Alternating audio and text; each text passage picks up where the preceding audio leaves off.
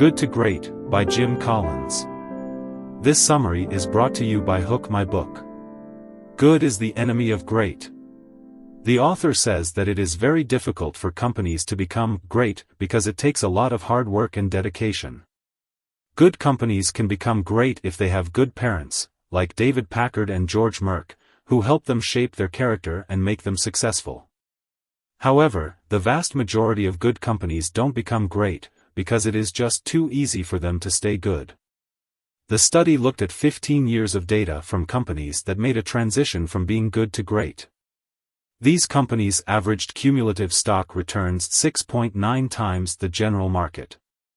General Electric, considered by many to be the best-led company in America at the end of the 20th century, outperformed the market by 2.8 times over the 15 years 1985 to 2000.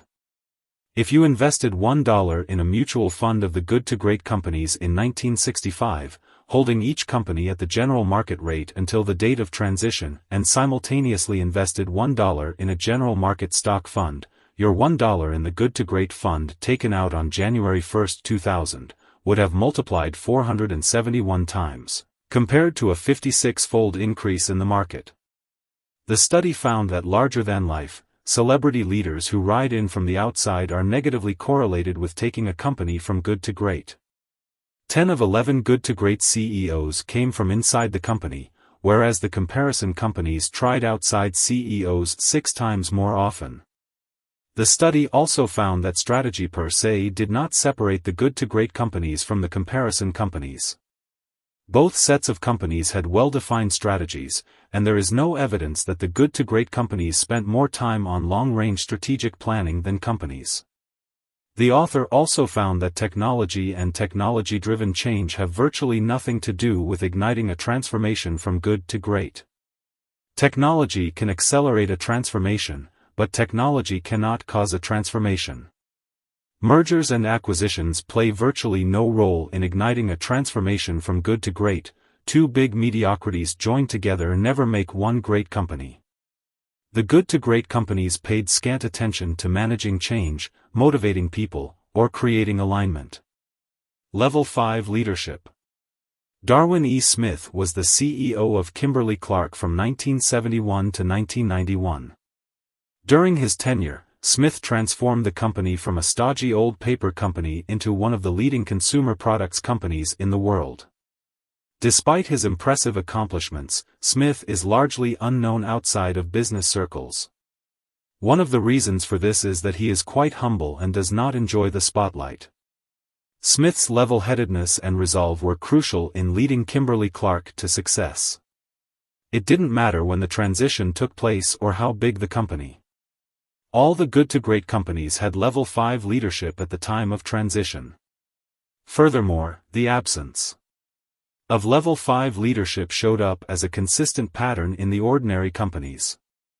Given that level 5 leadership cuts against the grain of conventional wisdom, especially the belief that we need larger-than-life saviors with big personalities to transform companies, it is important to note that level 5 is an empirical finding, not an ideological one. Humility plus will equals level 5. Level 5 leaders are a study in duality, modest and willful, humble and fearless. Gillette faced 3 attacks from different companies over 10 years. The first attack was from Revlon, who wanted to take over Gillette. The second attack was from Coniston Partners, who wanted to take control of the board and sell the company to the highest bidder. The third attack came from Ronald Perelman, who offered a 44% premium for Gillette stock on October 31, 1986. If Mockler had capitulated and sold his shares at that price, he would have made millions in short-term profits but would have been responsible for long-term losses because Sensor, a new technology project, wasn't profitable yet and wouldn't be profitable in the future if he sold his shares then. In the end, Mockler's team was able to win all 3 attacks and keep Gillette a successful company. Sadly, Mockler was never able to enjoy the full fruits of his effort. The good to great leaders never wanted to become larger-than-life heroes. They never aspired to be put on a pedestal or become unreachable icons. They were seemingly ordinary people quietly producing extraordinary results. It is very important to grasp that level 5 leadership is not just about humility and modesty. It is equally about ferocious resolve, an almost stoic determination to do whatever needs to be done to make the company great. Indeed, we debated for a long time on the research team about how to describe good to great leaders.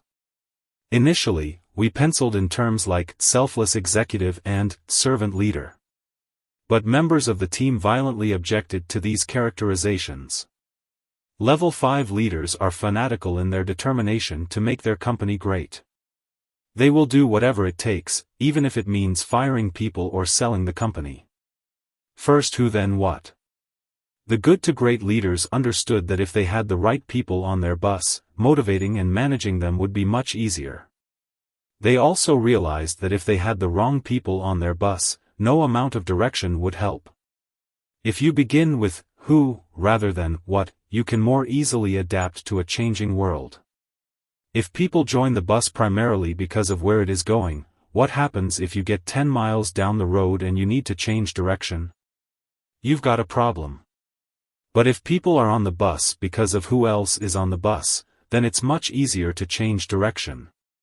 If you have the right people on the bus, the problem of how to motivate and manage people largely goes away.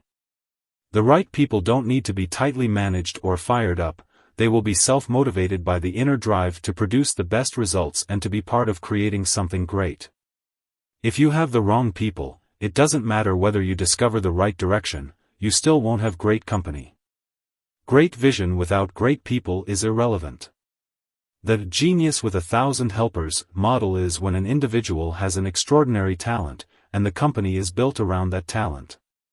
Genius usually doesn't need a great management team because they can handle everything themselves. However, when the genius leaves, the helpers often lose their jobs or try to imitate their predecessors without being as good. The good to great companies probably sound like tough places to work, and they are. If you don't have what it takes, you probably won't last long. But they're not ruthless cultures, they're rigorous cultures. And the distinction is crucial. To be ruthless means hacking and cutting, especially in difficult times, or wantonly firing people without any thoughtful consideration. To be rigorous means consistently applying exacting standards at all times and all levels, especially in upper management. To be rigorous, not ruthless, means that the best people need not worry about their positions and can concentrate fully on their work. Confront the brutal facts. The good to great companies were different in that they did not let their visions get in the way of reality. They took the time to figure out what was really happening and then acted on it. The two dominant themes told by the author are that good decisions come from a rigorous and honest process, and that good to great companies displayed a different frame of reference for all decisions. Pitney Bowes, which was facing an imminent threat of losing its monopoly, displayed a unique frame of reference in which reality was confronted.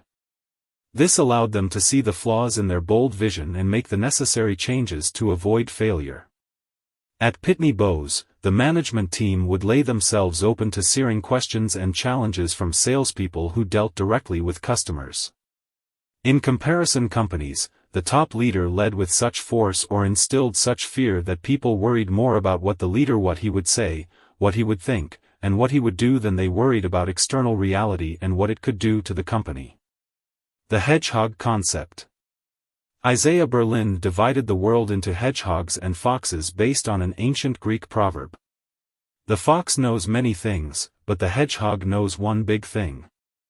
The fox is a cunning creature, able to devise a myriad of complex strategies for sneak attacks upon the hedgehog, but the hedgehog always wins. Great companies are like hedgehog. Hedgehogs are not stupid. Quite the contrary. They understand that the essence of profound insight is simplicity. They aren't simpletons, they have a piercing insight that allows them to see through complexity and discern underlying patterns. Hedgehogs see what is essential, and ignore the rest. In classic hedgehog style, Walgreens took this simple concept and implemented it with fanatical consistency.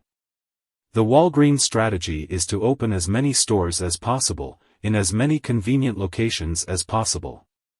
If a better location becomes available, the company will close the existing store to move to the new location. Walgreens pioneered the drive-through pharmacy, and customers seem to like the idea.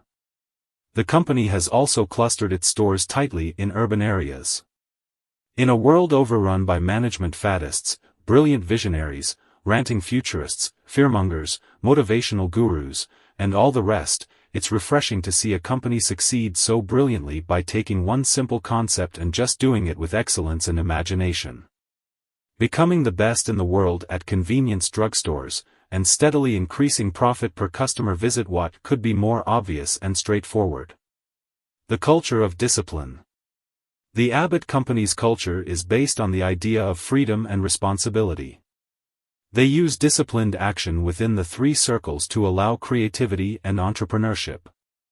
They also adhere with great consistency to the hedgehog concept. Abbott employees create a "stop doing" list and systematically unplug anything extraneous. The airline pilot operates within a very strict system, and she does not have the freedom to go outside of that system. However, the crucial decisions whether to take off, whether to land, whether to abort or to land elsewhere rest with the pilot. The point here is not that a company should have a system as strict and inflexible as the air traffic system. After all, if a corporate system fails, people don't die by the hundreds in burning, twisted hunks of steel. Customer service at the airlines might be terrible, but you are almost certain to get where you are going in one piece. The point of this analogy is that when we looked inside the good to great companies, we were reminded of the best part of the airline pilot model: freedom and responsibility within the framework of a highly developed system. The culture of discipline starts with disciplined people. The transition begins not by trying to discipline the wrong people into the right behaviors, but by getting self-disciplined people on the bus in the first place. Next, we have disciplined thought.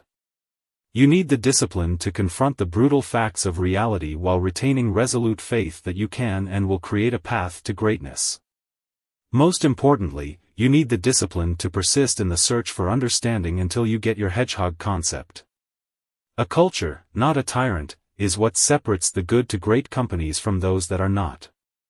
A tyrant is someone who is forceful and controlling, and who does not care about the well-being of their employees. Good to great companies are more disciplined, and this discipline is what leads to their success. A "stop doing" list is a list of things to stop doing, while a "to-do" list is a list of things to do. Most of us lead busy but undisciplined lives, and we have ever-expanding to-do lists, trying to build momentum by doing, and doing more. But those who built the good to great companies, like Darwin Smith at Kimberly-Clark, made use of "stop doing" lists to disassociate themselves from extraneous junk and to create discipline. When Darwin Smith became CEO of Kimberly-Clark, he saw that playing the annual forecast game with Wall Street-focused people too much on the short term was not advantageous for the company, so he just stopped doing it. He also saw increasing layers as the natural result of empire building and realized that if Kimberly-Clark wanted to become a consumer company, it would have to divest itself of its paper business.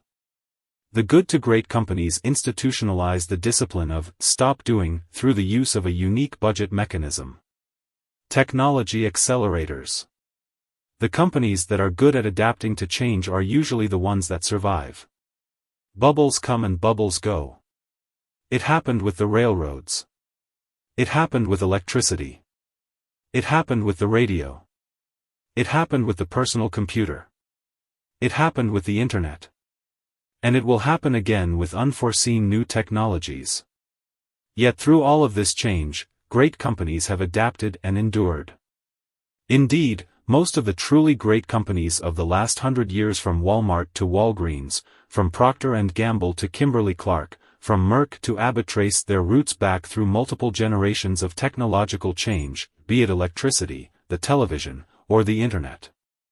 They've adapted before and emerged great. The best ones will adapt again. The technology audit that Jim Johnson hired to help Fannie Mae improve was successful in moving the company up a rank on the 4-point scale. The technology used by Bill Kelvey was a 4-level rank, with 4 being cutting edge and 1 being stone age. Fannie Mae ranked only a 2 when Kelvey started, but after 5 years of his leadership, the company had moved up to a 3. This shows the importance of having a hedgehog concept that is aligned with the use of technology, as Kelvey was able to use technology to improve the company significantly. The flywheel and the doom loop. The author talks about how a company like Circuit City went from struggling to becoming a success. It starts by talking about how the founder, Alan Wurtzel, rebuilt his executive team and undertook an objective look at the brutal facts of reality. He then began to experiment with a warehouse style of retailing, large inventories of name brands, discount pricing, and immediate delivery, and built a prototype of this model in Richmond, Virginia, to sell appliances. This concept met with success, and the company began systematically converting its stereo stores into Circuit City stores. In 1982, with 9 years of accumulated turns on the flywheel, Wurtzel and his team committed fully to the concept of the Circuit City Superstore. Over the next 5 years, as it shifted entirely to this concept, Circuit City generated the highest total return to shareholders. It's important to understand that following the build-up breakthrough flywheel model is not just a luxury of circumstance. It's also about managing short-term pressures. The good to great companies understood a simple truth: tremendous power exists in the fact of continued improvement and the delivery of results. Point to tangible accomplishments, however incremental at first, and show how these steps fit into the context of an overall concept that will work. Build to last. Bill Hewlett said that he was most proud of the HP way, which reflected a deeply held set of core values that distinguished the company more than any of its products. These values included technical contribution, respect for the individual, responsibility to the communities in which the company operates, and a deeply held belief that profit is not the fundamental goal of a company. These principles were radical and progressive in the 1950s, and they remain important today. The notion of preserving your core ideology is a central feature of enduring great companies. The obvious question is, how do you preserve the core and yet adapt to a changing world? The answer is to embrace the key concept of preserving the core/stimulating progress. Finally, in order to become a level 5 leader, it is important to find something that you truly care about and put your whole effort into making it the best it can be. Once you have found something that you care about, you need to practice the other findings so that you can become a consistently effective leader. End of the summary. Thanks for listening.